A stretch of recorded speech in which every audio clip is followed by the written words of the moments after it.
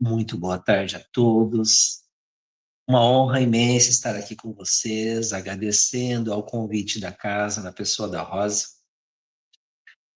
No mês de setembro, nós lembramos o Setembro Amarelo, que é o trabalho de conscientização da prevenção ao suicídio.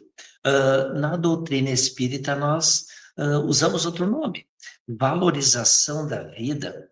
E hoje, 10 de setembro, deu acaso não existe, é o Dia Nacional de Prevenção ao Suicídio. A FERGS, nossa Federação Espírita do Rio Grande do Sul, no mês de setembro, sugere alguns temas que se falem nas casas espíritas, e um deles, o primeiro, é espiritualidade e saúde mental, do qual nós vamos nos utilizar desse tema, então, para falar para vocês.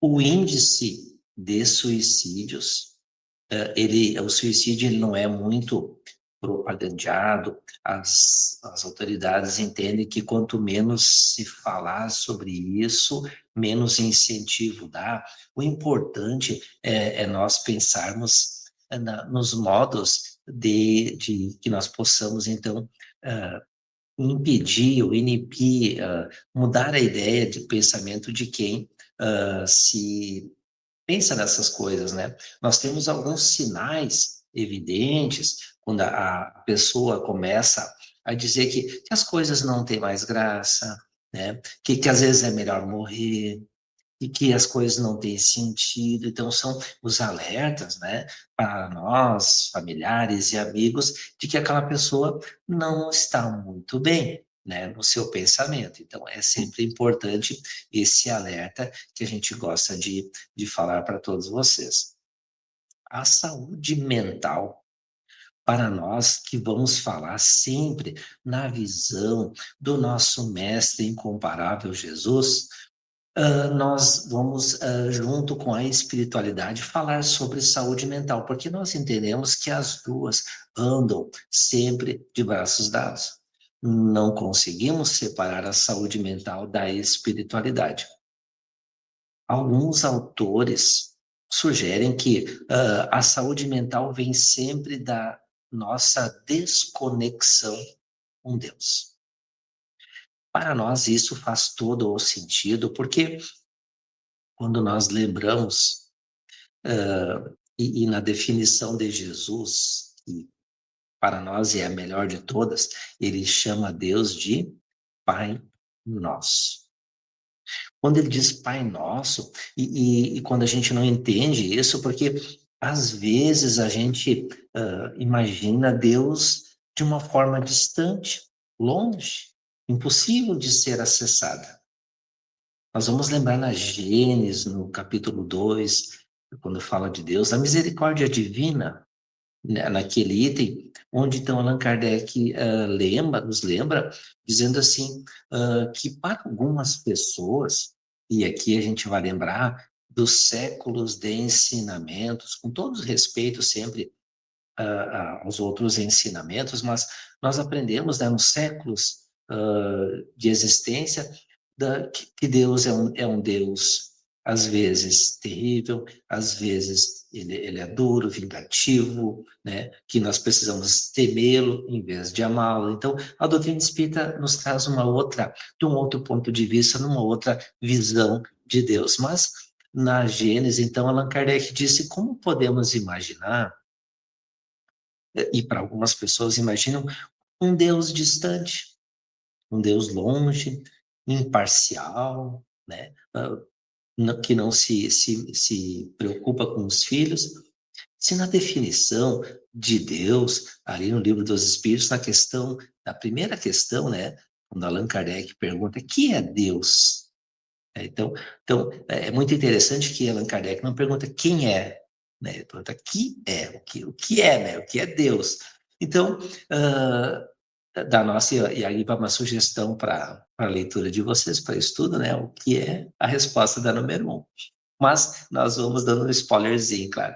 Então, mas ele nos fala ainda dos atributos de Deus, que fala que Deus, então, é o amor infinito. Quando a gente pensa em infinito, infinito não tem fim, né? Nós sabemos. Então, nós podemos imaginar, assim, alguém que a gente ama muito. A gente pode imaginar agora, cada um de nós, imagina alguém que tu ama muito. A gente pode dizer assim, Deus ama nós ainda mais, de forma infinita, ainda mais do que nós amamos aquela pessoa especial de nossas vidas ou as pessoas especiais da nossa vida. Então, como é que a gente pode imaginar um Deus que não se importa com a gente, que não se preocupa, que não se mete, que não está junto a toda hora, vendo como está o seu filho, como está se saindo? Então, sim, Allan Kardec continua dizendo que sim, em cada detalhe da vida da gente, Deus sabe e se importa.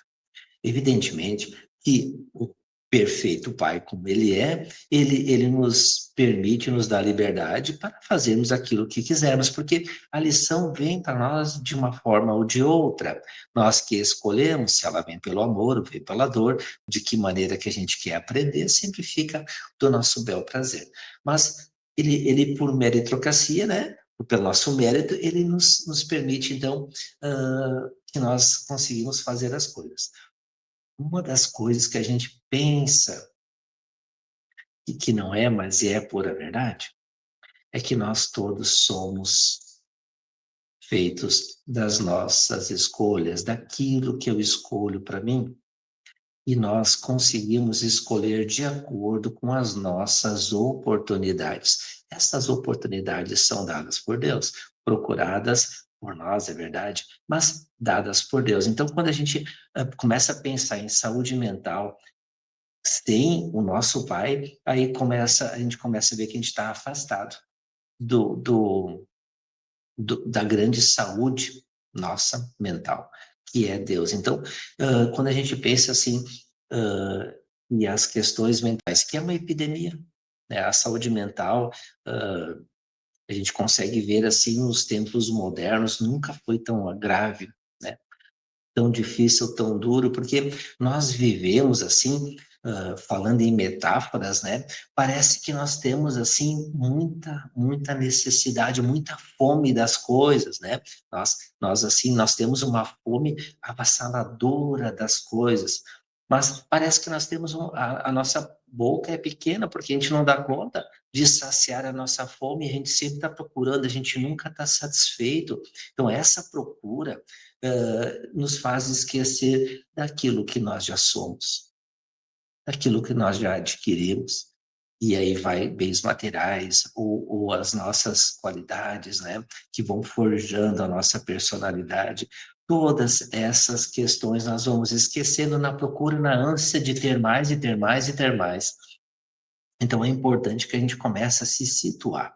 A doutrina espírita, ela tem vários recursos, ela é farta em recursos para nós todos.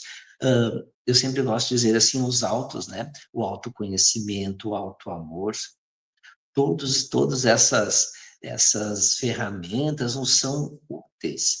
Nós vamos lembrando assim, para fundamental do que nós estamos falando, quando a gente fala de Deus distante, a gente diz, não, Deus está perto, a gente vai lembrar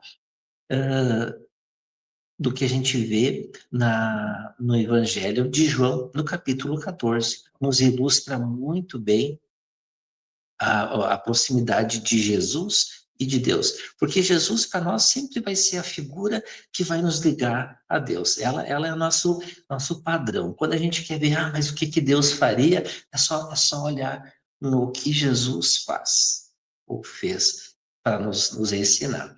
Então, a gente vai lembrar em João, no capítulo 14, eu gosto muito dessa passagem, porque já era o tempo em que Jesus avisava aos discípulos que ele queria partir, né, que ele não ia estar mais junto com eles, e por certo que essa informação começou a trazer um certo temor, um certo descontrole, um desequilíbrio nos discípulos, porque eles não sabiam o que ia acontecer, né? Nós vemos depois, no momento da crucificação, que todos fugiram assustados, né? Ficou só a Maria, né? O João ficou. Então, assim, poucos acompanharam Jesus. Mas, fora essa parte, no capítulo 14, então, diz assim, né?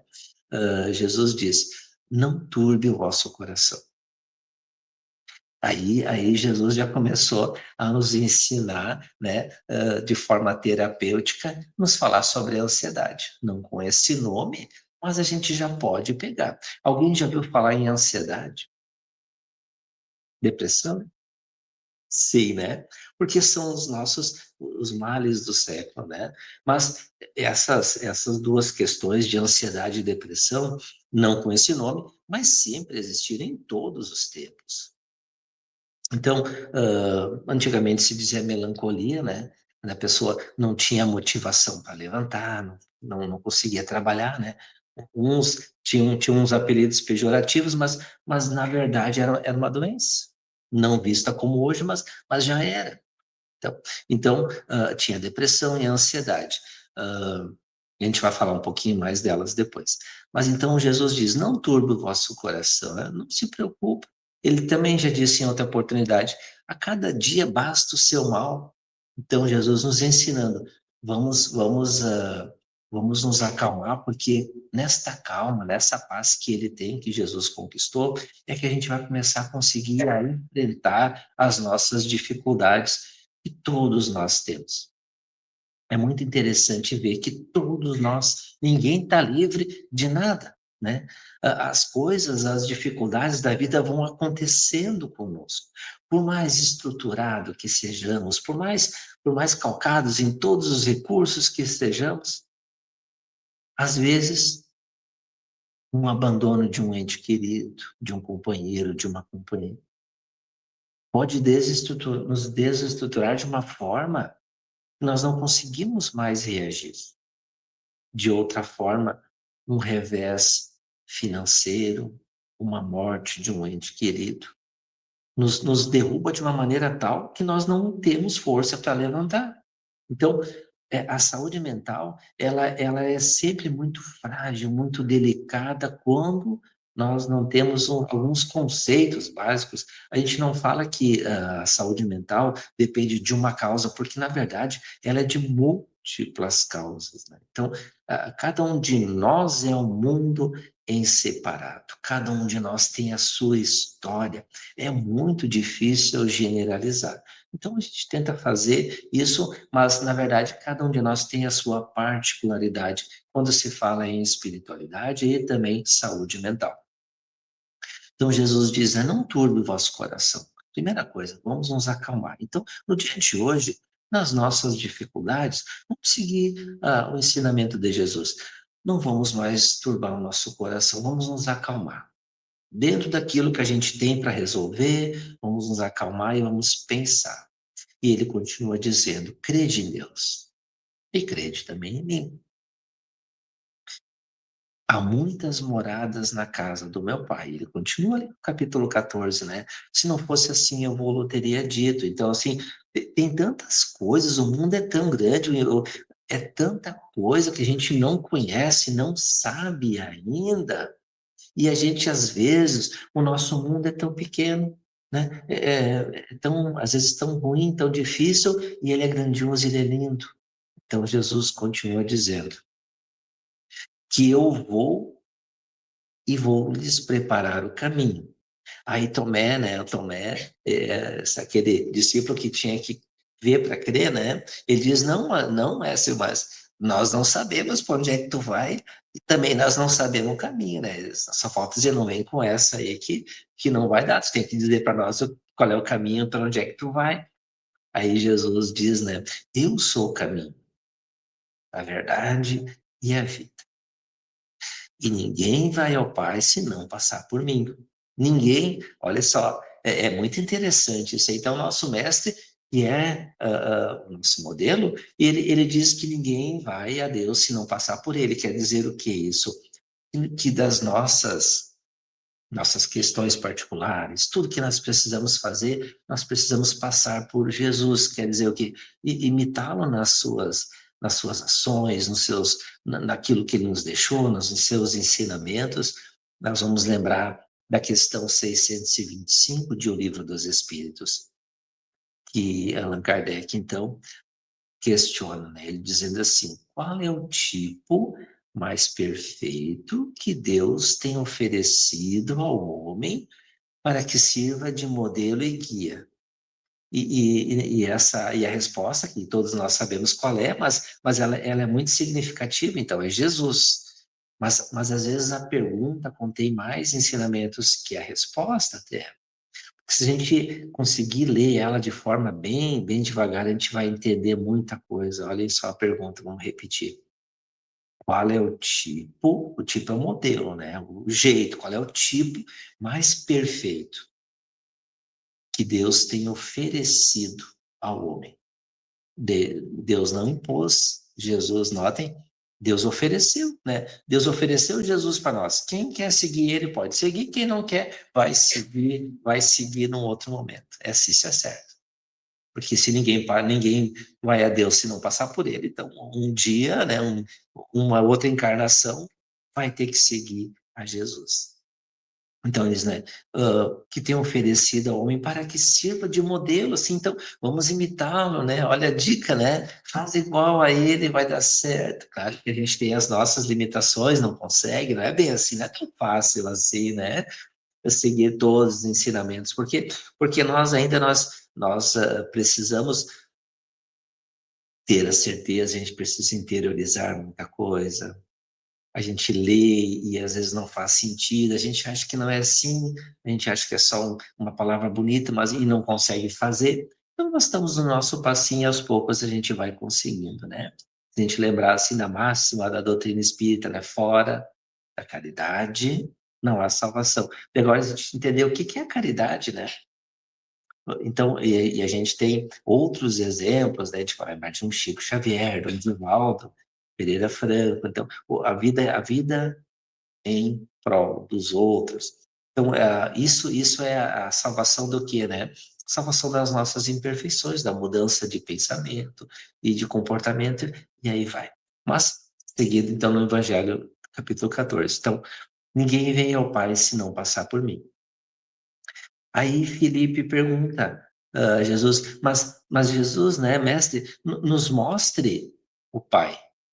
Então, assim, ele diz, né, me mostra Deus para nós. Aí Jesus, então, ele diz, mas Felipe, estás tanto tempo comigo e não vê que eu estou no Pai, que o Pai está em mim?